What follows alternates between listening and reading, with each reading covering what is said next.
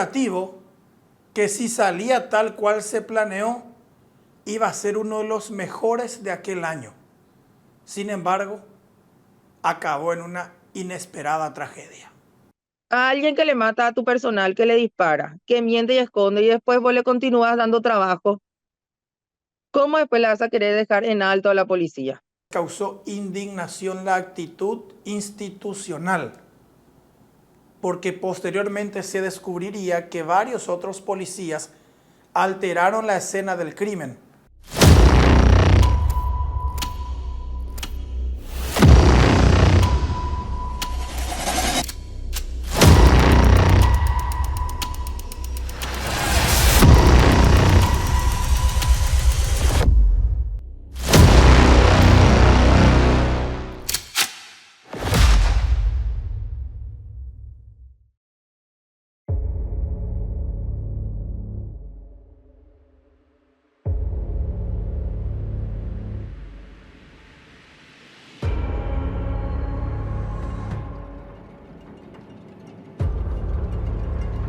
Aristides Dionisio Peralta Villasboa, paraguayo, nacido el 16 de octubre del año 1981.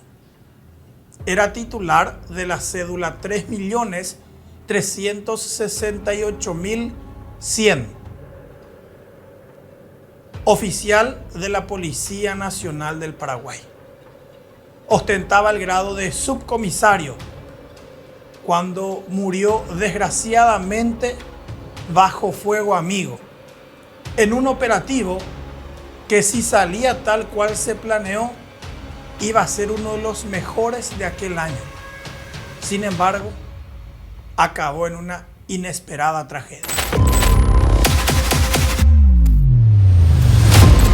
Aristides Peralta, nacido en Areguá, ingresó a la Academia Nacional de Policía en el año 2000.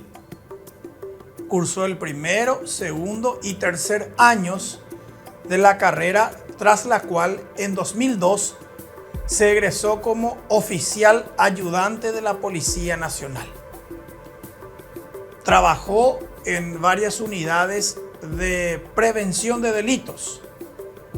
Por ejemplo, en la por entonces popular unidad del Sistema 911, cuyas estrategias de combate contra la delincuencia generaban muchos comentarios a inicios de los 2000. Aristides Peralta, siendo aún muy joven, encontró a la que sería el amor de su vida, su esposa y la madre de sus hijos. Peralta era muy amigo de uno de sus camaradas, Francisco López. De hecho, en una de las visitas que le hizo Peralta a su camarada López, el primero terminó enamorado de la hermana menor de su camarada. Así, Aristides Peralta inició una relación de noviazgo con Lourdes López, la hermana de su camarada. Esa relación pronto se convirtió en matrimonio y después en una hermosa familia. Hola, yo soy Lourdes López, la viuda del subcomisario Peralta. Richie, conocido como Richie. Él era el camarada de mi hermano y mediante él le conocí, le empecé a llevar por casa y ahí nos empezamos a conocer. Creo que estaban oficial ayudante, ya para oficial segundo, ahí fue cuando le conocí. Nos casamos, 3 hijos. Cuando ocurrió el hecho, el más chiquitito tenía 4 años, hoy en día ya tiene 10. El mayor 16 ahora y la nena de 13. Yo soy el Luque, pero vinimos acá en Areguá una vez que nos casamos. Aceptado un policía tiene que estar acostumbrado a su trabajo, a su horario. Yo estaba acostumbrado por mi hermano. Sabía cómo era y eso, entonces no me costó otra que adaptarme. Es más, alguna vez de repente cuando él estaba de vacaciones, los 30 días, llegaba un momento donde le decía, ¿cuándo volvés a trabajar? Ya estaba acostumbrada a su trabajo, así que nos adaptamos muy bien. Por suerte nunca hubo problema. Al contrario, que eso mejoraba porque Cuando él, por ejemplo, estaba por el interior o que venía después de 6 días, esos 4 días que estábamos juntos, era una vida de novio. Ayudó a que nos estemos cotidianamente y nos llevábamos bien, muy bien, por suerte.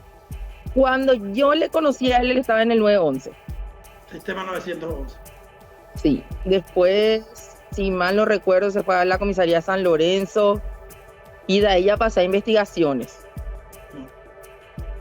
Y de investigaciones ya estuvo, se fue a Ciudad del Este, estuvo en investigaciones central.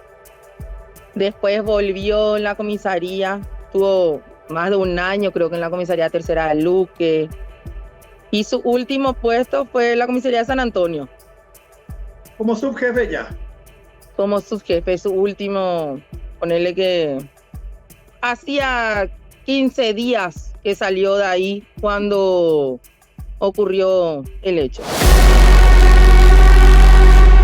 Luego de dejar de trabajar en la parte preventiva como oficial de patrulla del 911 y en algunas comisarías como en la primera de San Lorenzo, Aristides Peralta se incorporó al Departamento de Investigación de Delitos, como se llamaba en aquella época.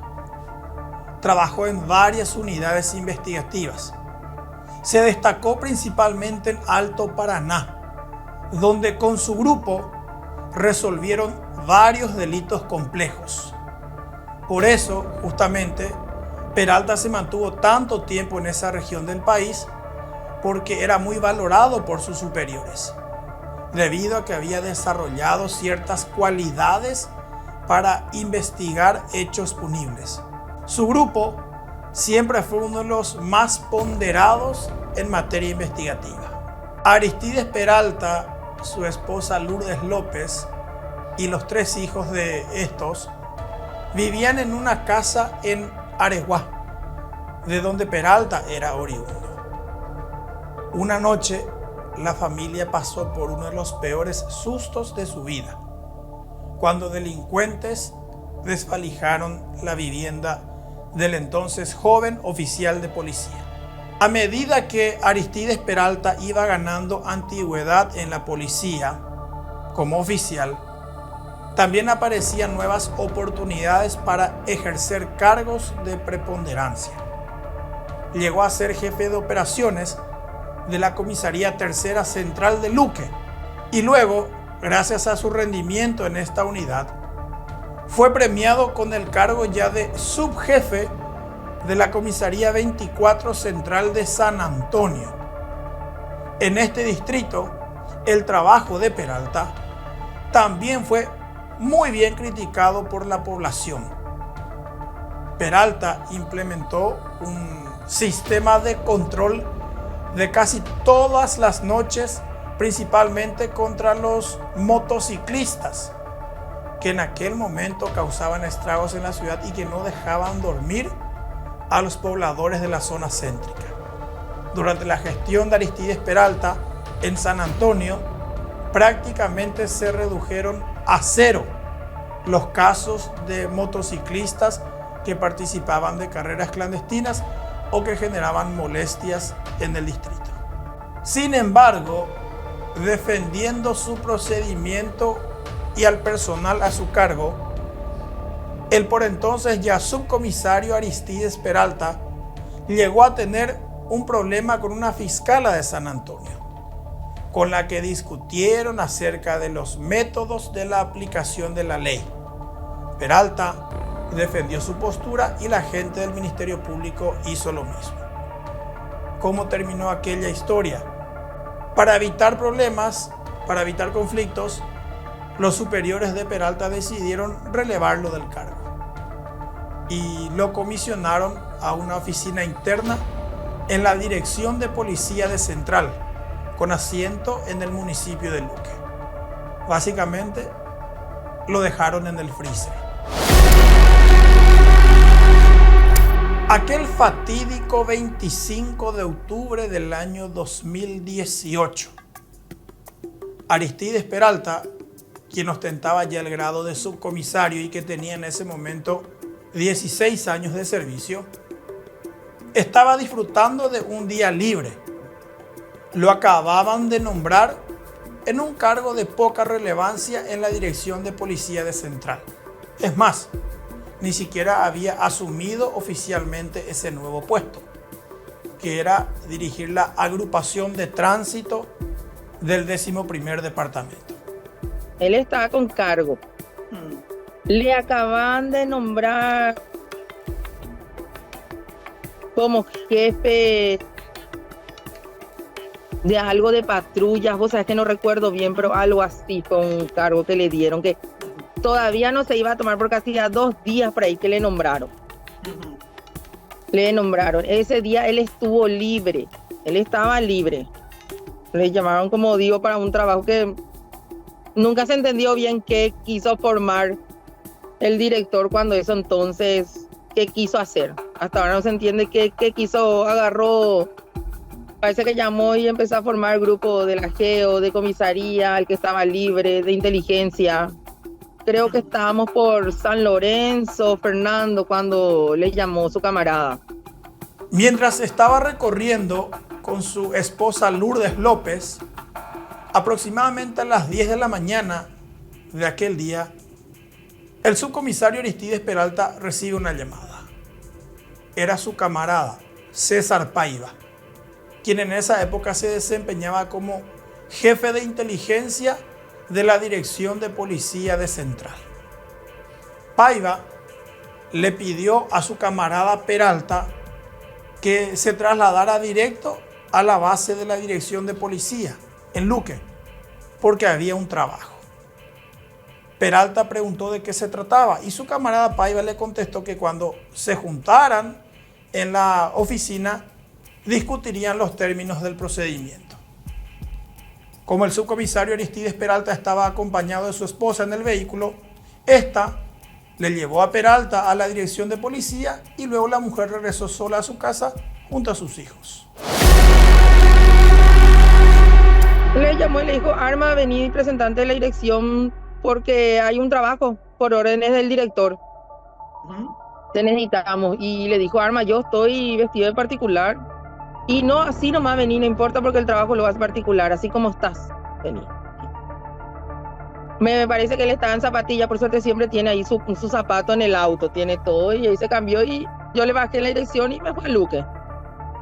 Que también, creo que era sobre las 9, 10 de la mañana cuando yo le bajé. Él te dijo a vos a qué iba, él sabía a qué iba. No sabía porque él le llamó y te digo que él no tenía ni idea, le llamó. Venía a la dirección, hay un trabajo que hacer, y sobre qué, y vení nomás ya acá, Arma. Una vez al llegar ahí le habrá dicho, pero él por teléfono no me contó nada, solamente me avisó que se iban a Fernando. Después ya me mandó una foto que estaban almorzando, ahí lo que estaban almorzando, y después ya nada más. Una vez en la dirección de policía del departamento central, se hizo la reunión de planificación del operativo que estaba en puerta.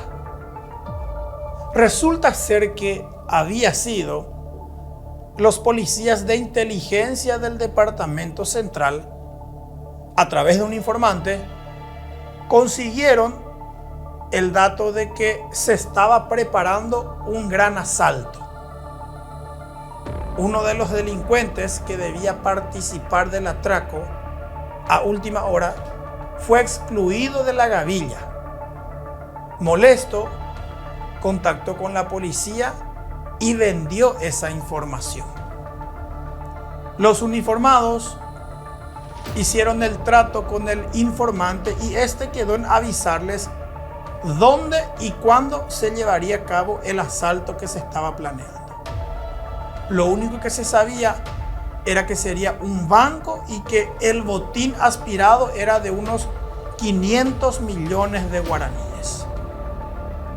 Efectivamente, aquel 25 de octubre del año 2018, el informante finalmente dio la información exacta. Contó a la policía que el grupo estaba preparando asaltar ese mismo día una boca de cobranzas del Banco Visión, que funcionaba en ese momento en el supermercado Los Jardines, en la zona norte de Fernando de la Mora. La reunión previa de coordinación que se hizo en la Dirección de Policía del Departamento Central, fue presidida por el entonces director de policía, comisario general inspector Miguel Cardoso. También estaba presente el comisario Julio Cabañas, quien un día antes había sido designado jefe de comisaría de Nueva Italia, pero que igualmente fue convocado para actuar de civil en este procedimiento. El otro anfitrión, con el comisario general Miguel Cardoso, era el subcomisario César Paiva, el jefe de inteligencia de la Dirección de Policía de Central y uno de los que recibió la información de que se iba a llevar a cabo el asalto. Para participar del procedimiento, también fue convocado el Grupo Especial de Operaciones, GEO, que es la unidad policial equivalente a las Fuerzas Especiales. De la reunión participaron el jefe del GEO de Central, comisario Aldo Morel, y los suboficiales Antonio Chávez y Carlos Mieres, estos dos últimos quienes iban a actuar como fusileros. En esa reunión de planificación del operativo se decidió lo siguiente. La policía iba a infiltrar a 2 suboficiales de inteligencia dentro del supermercado. Ellos debían estar atentos al momento en el que se iniciara el asalto. Si presenciaban el inicio del golpe, esos 2 suboficiales que estaban de civiles iban a avisar por teléfono a los equipos que estaban afuera para que se prepararan y actuaran en el momento en el que los delincuentes salían con el dinero sustraído. También se acordó que los 3 policías del Grupo Especial de Operaciones GEO, Morel, Chávez y Mieres, iban a colocarse con una camioneta frente al vehículo de los asaltantes como para cerrarles el paso y evitar que avanzaran. Eventualmente se decidió que si los delincuentes oponían resistencia o abrían fuego, los fusileros del GEO estaban habilitados a repeler esa acción. Por detrás del vehículo de los asaltantes, una vez que los delincuentes se movieran por la calle, debían aparecer otros 3 policías de civil: el comisario Julio Cabañas, el subcomisario César Paiva y el subcomisario Aristides Peralta. Básicamente, lo que los policías pensaban hacer era dejar a los asaltantes que cometieran el atraco e interceptarlos por delante y por detrás cuando empezaran con el escape. El plan era perfecto. De hecho, si salía tal cual, iba a ser tal vez uno de los procedimientos más exitosos de aquel año.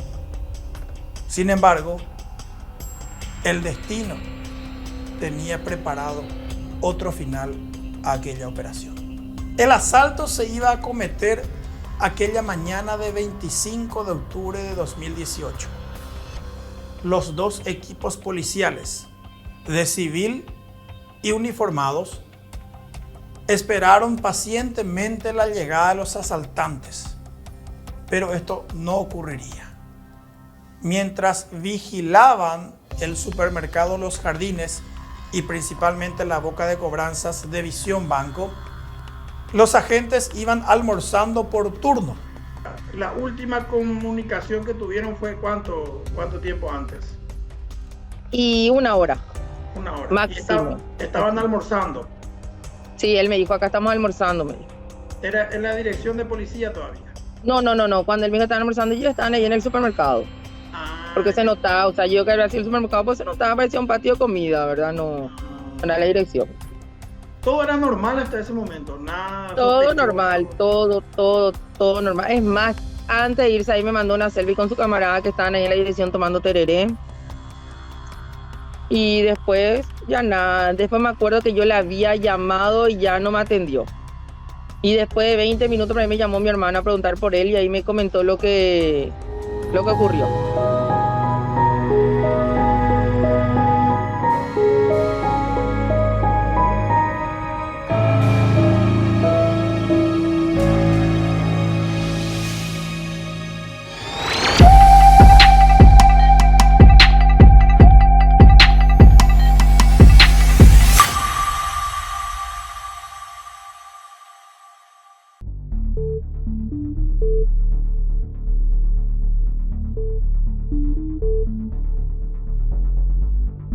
Aproximadamente a las 13 horas, todo estaba calmado dentro del súper.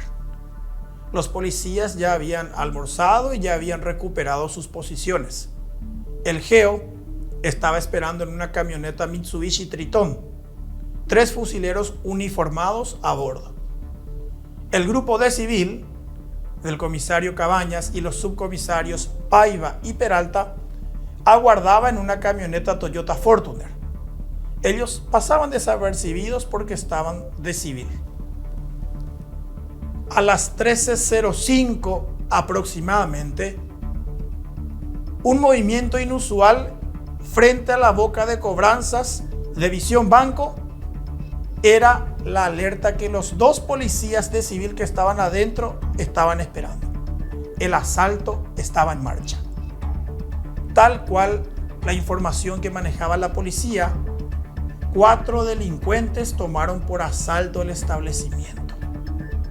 En cuestión de segundos redujeron a los empleados del banco y a otros clientes y funcionarios del supermercado. 170 millones de guaraníes fue la plata que lograron juntar en ese periodo del asalto. Una vez que se hicieron con la plata, los 4 delincuentes salieron del supermercado. Desde adentro, los 2 policías de civil dieron el aviso. Comunicaron que los delincuentes estaban saliendo y que se prepararan para la emboscada. Los 4 autores materiales del ilícito, con la plata ya en su poder, salieron y abordaron un automóvil Toyota blanco en el que esperaba un 5.º integrante de la gavilla. Los asaltantes iniciaron el escape, pero a los 20 metros, efectivamente, tal cual estaba acordado, apareció la camioneta Mitsubishi Triton del Grupo Especial de Operaciones.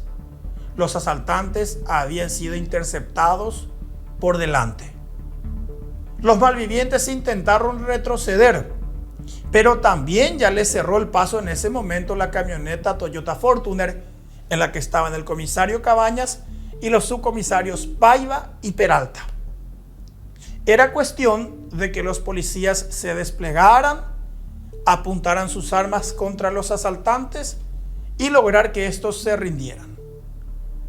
Sin embargo, en una inesperada reacción, los policías del GEO, aparentemente superados por el momento, abrieron fuego desde adentro de su vehículo, disparando a mansalva contra el automóvil de los asaltantes, quienes ni siquiera habían efectuado un tiro. Los 3 policías del GEO entonces bajaron de su camioneta y siguieron disparando. Aquello fue una lluvia de balas. Entonces, los policías que estaban detrás del auto de los asaltantes, el comisario Cabañas, los subcomisarios Paiva y Peralta, también tuvieron que desenfundar sus pistolas y se desplegaron desde atrás. El comisario Cabañas llegó a disparar con su pistola contra el automóvil de los asaltantes, pero en un momento dado su arma se trabó. Mientras él conseguía reactivar su pistola, el subcomisario Aristides Peralta avanzó unos pasos. Iba agazapado en dirección al vehículo de los asaltantes. En ese momento, según se ve en las filmaciones de cámaras de seguridad, el subcomisario Aristides Peralta cae estrepitosamente al suelo. Acababa de ser derribado. Peralta cayó al lado del comisario Julio Cabañas, quien en un momento dado no se llegó a percatar de que el subcomisario estaba a su lado. Y cuando giró como para observar lo que pasaba, según se ve en el video, se le escapa un tiro al comisario Cabañas. Lo que pasó después fue una tragedia de la que hasta ahora la familia de Peralta no puede recuperarse. Él me llamó y me preguntó, Lourdes, Richie ya está para un trabajo, se fue a Fernando, le dije. Y me dijo Lourdes, a Richie se le disparó. Fue lo único. Él no sabía tampoco, pero él estaba viniendo de Ciudad del Este cuando mi hermano prestaba servicio ahí. Y fue lo único que él sabía. Después, parece que le van a llevar al policlínico. Y de ahí nomás ya agarré, ya me fue al policlínico y me empezaban a llamar y nadie no sabía nada hasta que le pregunté bien a mi hermano con quién él estaba. Y me dijo que con Paiva. Y ahí le pedí su número y me acuerdo que yo le llamé a Paiva y le dije que me diga dónde él está. Y me dijo que ya no iban a llevar al policlínico, se le llevó al hospital de Fernando. Y de ahí me fui llegando. Cuando llegué ya estaba repleto de policías, repleto. Me pareció lo raro, porque tantos policías estaban, ya su comandante, el viceministro, el director. Dije, dentro mío, si se le disparó nomás, ¿qué hacen todos estos acá? Y ahí, ponele que ni 5 minutos no estuve ahí para que los autores me llamen y me den la noticia. ¿Qué te dijeron, señora?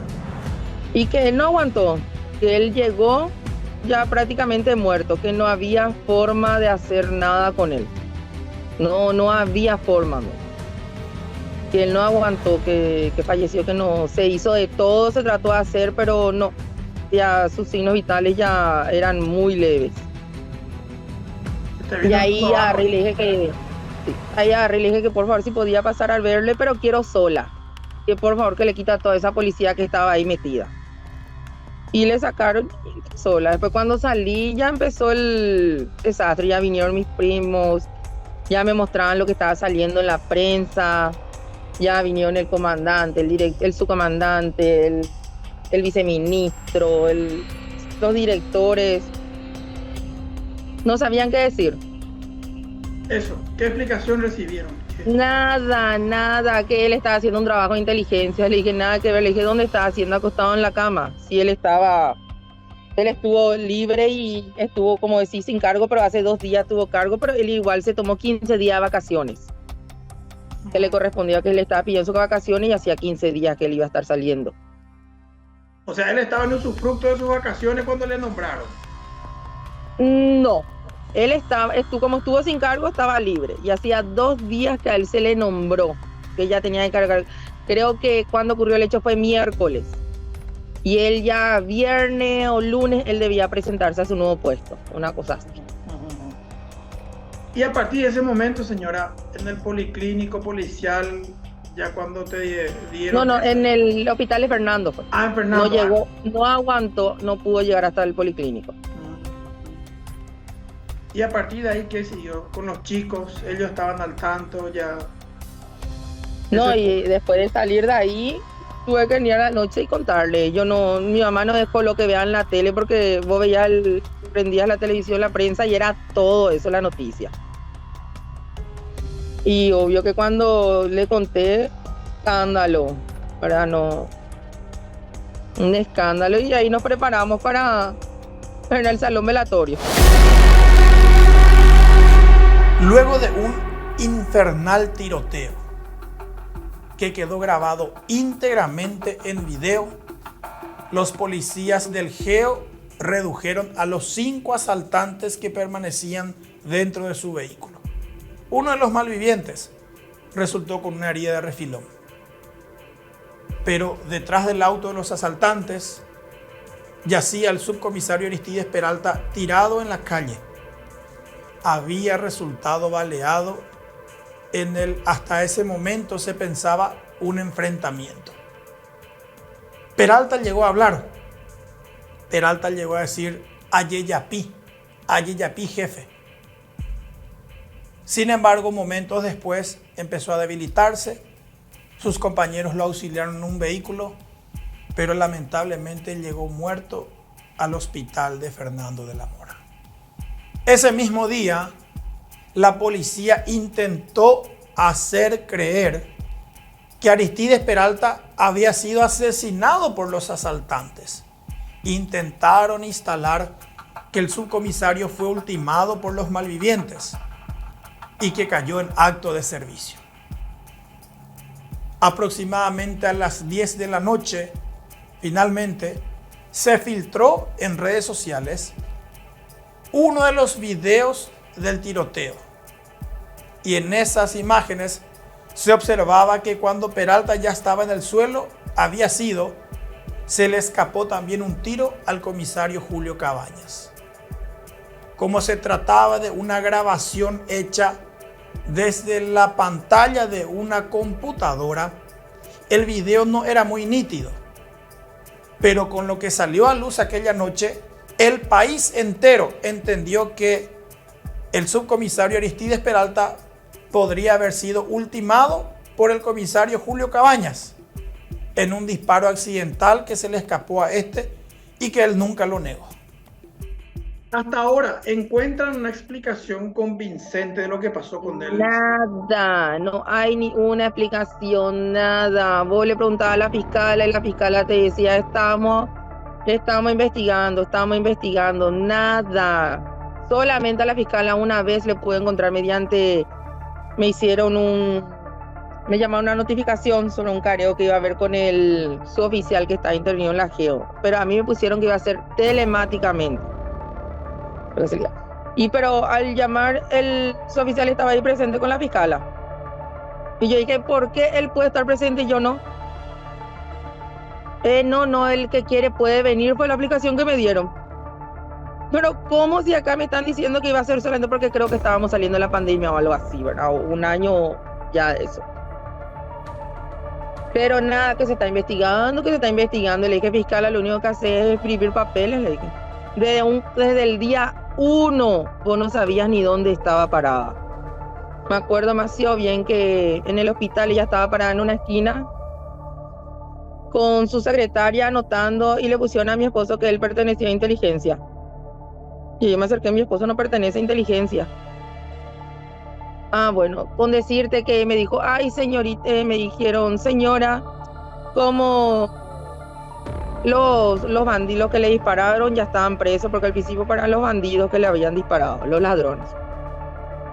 Y su esposo solamente tiene un edificio con orden y salida, no hay nada que hacer, no hay que hacer autopsia, no hay nada, se lleva el cuerpo a la morgue y ya está. Tanto fue que después a las 11 de la noche me llama la fiscala que salió un video y que sí había que hacer autopsia. Se fueron a las 12 de la noche a quitar el cuerpo del velatorio. No fuimos a amanecer ahí en la morgue y nada, pero como me dijo cuando hizo el forense Pablo Lemir, me dijo, muchas cosas yo no puedo hacer por el cuerpo de tu esposo porque ya me trajeron un cuerpo limpio. Ya está limpio, ya se le bañó, ya se le drenó la sangre, ya todo, nada, o sea, rastro de bala no va a haber, no hay rastro de pólvora, nada, me dijo. Lo máximo es la trayectoria de la bala. Me dijo, me trajeron tarde, me dijo, ya me trajeron un cuerpo totalmente limpio, ¿qué voy a hacer? Y eso fue lo único que dio en trayecto de la bala y nada más, y ahí se comprobó que tenía 2 orificios con orden en salida, que tuvo 2 impactos de bala, no es solamente uno. Esas primeras imágenes que se filtraron sobre el tiroteo en el que murió el subcomisario Aristides Peralta daban a entender de que este fue asesinado por el comisario Julio Cabañas. O al menos así lo interpretó la fiscala de Fernando de la Mora, Sandra Fariña, quien al día siguiente imputó al comisario Cabañas por homicidio doloso agravado, bajo la premisa de que se trató de una ejecución deliberada. El comisario Cabañas fue remitido a la agrupación especializada, donde permanecería recluido durante 1 año y 1 mes. En paralelo, los 5 asaltantes que fueron capturados en aquel fatídico procedimiento también resultaron procesados por el Ministerio Público por el robo agravado contra la boca de cobranzas de Visión Banco en el supermercado Los Jardines. Los autores de aquel asalto, hecho que derivó en la muerte del subcomisario Peralta, fueron identificados como Wilson Cabrera Alarcón, Nelson Eber Fariña, Rogelio Ramón Britos y Odilio Domínguez Márquez. Estos serían condenados posteriormente a 10 años de cárcel, en tanto que el chofer de la banda, Derlis Augusto Sánchez, sufrió una pena de 9 años de reclusión. La muerte del subcomisario Aristides Peralta fue una de las más polémicas de los últimos tiempos a nivel policial. No solamente a la familia del fallecido, sino a varios grupos sociales les causó indignación la actitud institucional, porque posteriormente se descubriría que varios otros policías alteraron la escena del crimen. Por ejemplo, limpiando el lugar del tiroteo, escondiendo fragmentos de municiones que se utilizaron y hasta modificando los vehículos que estuvieron involucrados en el procedimiento. Estos detalles también llevaron a la Fiscalía posteriormente a imputar a otros uniformados por intentar alterar la escena del crimen. ¿Quedaron decepcionados de la institución a la que servía tu marido? De la institución de la Fiscalía completamente. A alguien que le mata a tu personal, que le dispara, que miente y esconde y después vos le continúas dando trabajo, ¿cómo después le vas a querer dejar en alto a la policía? No veo ya el caso que ocurrió de un suboficial a punto de recibirse que terminó siendo feroz, lo que está saliendo ahora en la prensa. El comisario Cabañas hace muchísimo tenía un montón de antecedentes, pero igual le continúan ascendiendo y ascendiendo. Hace poco se estaba tratando su ascenso en el Senado. Como dijo uno de los senadores, ¿cómo llegó a pasar tantos filtros? Y después dicen, ay no, policía gatillo fácil. Pero ellos luego dan. Mira, cuando pasó a mi esposo no pasó ni 3 meses para que el mismo auto que estuvo involucrado de un suboficial en el caso de mi esposo estuvo involucrado en el caso de transporte escolar que se valió acá en... ¿Y quiénes tienen la culpa? La cabeza por continuar teniéndole ahí. ¿Por qué no le mandan? Si tanto no le pueden quitar, no le mandan a oficina. ¿Por qué no le mandan a oficina si no se puede por ley eso? O sea, es algo que si no dan el ejemplo, si no ponen orden o no ponen algo que no va a cambiar nunca ni se va a limpiar. Lastimosamente del 100% por ese poco 10% la manzana se pudre. ¿Quedaron conformes con los castigos que se aplicaron? ¿Qué castigo? ¿Qué castigo? ¿Qué castigo? 1 año en la agrupación y el de la GEO está ahí libre. ¿Qué castigo? Nadie no hizo su trabajo. ¿Qué castigo? Hace poco el comandante se va a pedir por alguien que le disparó a un personal, se va a pedir ascenso. Con una foja totalmente sucia, porque no eso, él ya tenía, me parece que foja de tortura, tenía ya muchos antecedentes. Después, ¿Tu marido llegó a trabajar con ellos? No, antes sí, pero después ya no volví más a trabajar, a hablar con ellos. Nunca. Yo una vez llegué a pedirle a la fiscal por lo menos no explicarme qué fue lo que pasó, nada. A mi hermano, que yo dije, Francisco, ¿será que alguna vez como policía se acercó a alguien? Nunca. Nadie, nada. Ahora. Hasta hoy en día, en este octubre va a ser 6 años. No hubo castigo de parte de ninguna institución, tanto de la fiscalía como la policía. No hubo explicación alguna en ninguno de ellos. Nada. Simplemente lo único que demuestra es que uno puede irse a una persona, meterle un tiro, estar libre, irse para un castigo y otro estar libre y no ocurre nada. Es el ejemplo que dan. ¿Ustedes llegaron a hablar alguna vez con los demás policías, por lo menos? ¿Llegaron a recibir explicación? Nada, eso te dije, nunca nada. Nunca nada, no tienen la cara para ni siquiera algún tiempo pasar 3 años. Vámonos a hablar con la señora, vámonos esto, no sé, nada.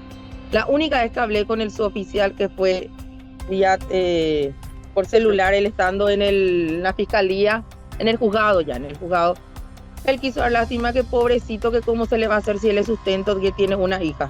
Y ahí le dije, yo nunca me puse a a pedir limosna ni darme lástima y me quedé sola con un sustento con 3 criaturas. Dije, vos le dejaste a 3 criaturas, le dejaste sin su sustento y venís a agarrar y querer dar lástima. Y no supo más después que explicarme, se callaba. Fue la única vez, nunca recibí explicación de nada, solamente viendo que continúan trabajando.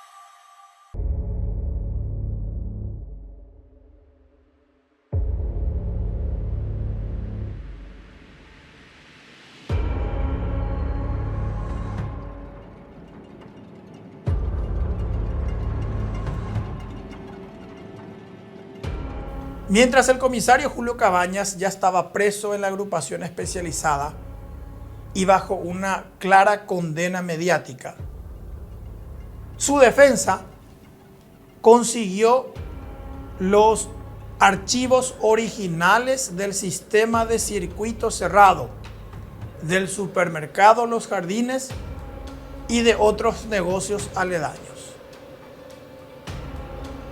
Aquellas evidencias conseguidas por la defensa del comisario Cabañas resultaron ser los videos en alta resolución que enseñaban en detalle el tiroteo entre los propios policías. Aquellas serían pruebas que alterarían definitivamente el rumbo de la investigación. El análisis de los videos en alta resolución permitió después saber que el subcomisario Aristides Peralta fue baleado inicialmente por el suboficial Carlos Mieres, uno de los 3 fusileros del Grupo Especial de Operaciones GEO. Los ángulos de las cámaras de seguridad fueron sincronizados y en el análisis correlativo se descubrió que el subcomisario Peralta cayó automáticamente después del disparo que efectuó el suboficial Carlos Mieres del GEO. En el video de la cámara que grabó a Mieres, se le observaba a este en una postura hasta, si se quiere, torpe, errática. Aunque su objetivo eran los asaltantes, inexplicablemente Mieres, manipulando su fusil Galil calibre 5.56, efectúa disparos en ráfaga tan mal orientados que uno de los proyectiles le atravesó el pecho al subcomisario Aristides Peralta. Es decir, que este último quedó atrapado bajo fuego amigo. La secuencia también muestra de que luego de que saliera el tiro del suboficial Mieres y de que cayera al piso el subcomisario Peralta, el arma del comisario Julio Cabañas también se disparó accidentalmente. Una pericia determinaría también posteriormente que el tiro accidental del comisario Cabañas impactó contra el cordón de la calle y que ese balazo provocó fragmentos que también llegaron a impactar contra Peralta, pero que supuestamente ese hecho no le produjo la muerte, sino que había sido el tiro de fusil que le atravesó y que le produjo una hemorragia masiva en cuestión de minutos. Luego del análisis de los videos en alta resolución de la balacera en la que murió el subcomisario Aristides Peralta, se establecieron nuevas responsabilidades. El comisario Julio Cabañas, quien inicialmente era señalado como el autor del disparo mortal, sería posteriormente excarcelado, aunque estuvo 1 año y 1 mes en la agrupación especializada. El comisario Cabañas fue favorecido con el sobreseimiento definitivo, ya que según la justicia paraguaya no fue él quien mató a su compañero. Recién 4 años después de la muerte de Peralta, en 2022, el que aparentemente fue el verdadero autor del disparo mortal, el suboficial Mieres, terminó imputado por homicidio culposo. Luego de llegar a un acuerdo con la fiscalía, aceptó el hecho y fue condenado en un procedimiento abreviado. Nunca pisó la cárcel. Todos los otros involucrados que llegaron a ser procesados por participar o alterar la escena del tiroteo, igualmente fueron favorecidos por el Ministerio Público y literalmente el caso quedó en el OPAREI. El subcomisario Aristides Peralta dejó desamparados a su esposa, su hijo que en ese momento tenía 10 años, su hija que tenía 7 años y su otro hijo que tenía 4 años. Estos hoy en día tienen que aprender a vivir sin su papá.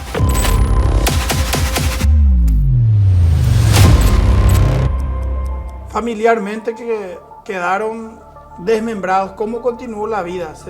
Hay que seguir, pero ¿cómo continuó todo este tiempo para ustedes? Y normal, gracias a Dios, mi familia siempre presente, 100%. Mis hermanos y mis padres no, ahí estaban sobre mi hijo hasta hoy en día, acompañándome en todo, no me puedo quejar. Siempre traté de que ellos continúen con todas sus actividades, no porque, ay no, te quedaste sin papá, ya no se puede, nos encerramos, no. Bien quisiera yo, como dije una vez, ay, por lo menos darme el lujo de encerrarme 1 mes o 2 meses y encerrarme a llorar, pero no se puede. La actividad yo no puedo arrastrarle a una depresión a 3 criaturas. Ellos tienen colegio, tienen su cosa y no puedo arrastrarle, tengo que levantarme 3 días, descansamos y después ya al colegio. Le tocó exámenes finales. Siempre yo con sus actividades trato de cumplir, trato de ponerla hasta donde puedo.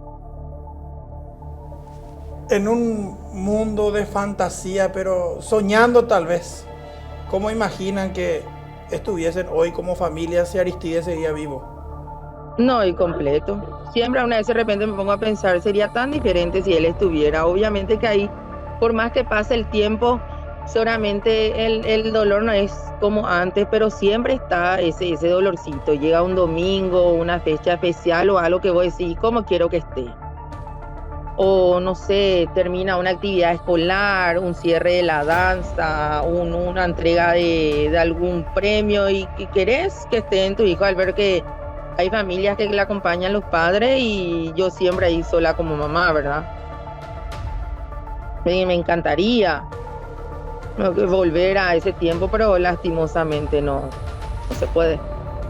6 años después, para los que dirigen actualmente a la policía, al Ministerio del Interior, los que fueron superiores de tu marido, ¿qué mensaje le envía, señora? Y yo digo que conciencia no tienen.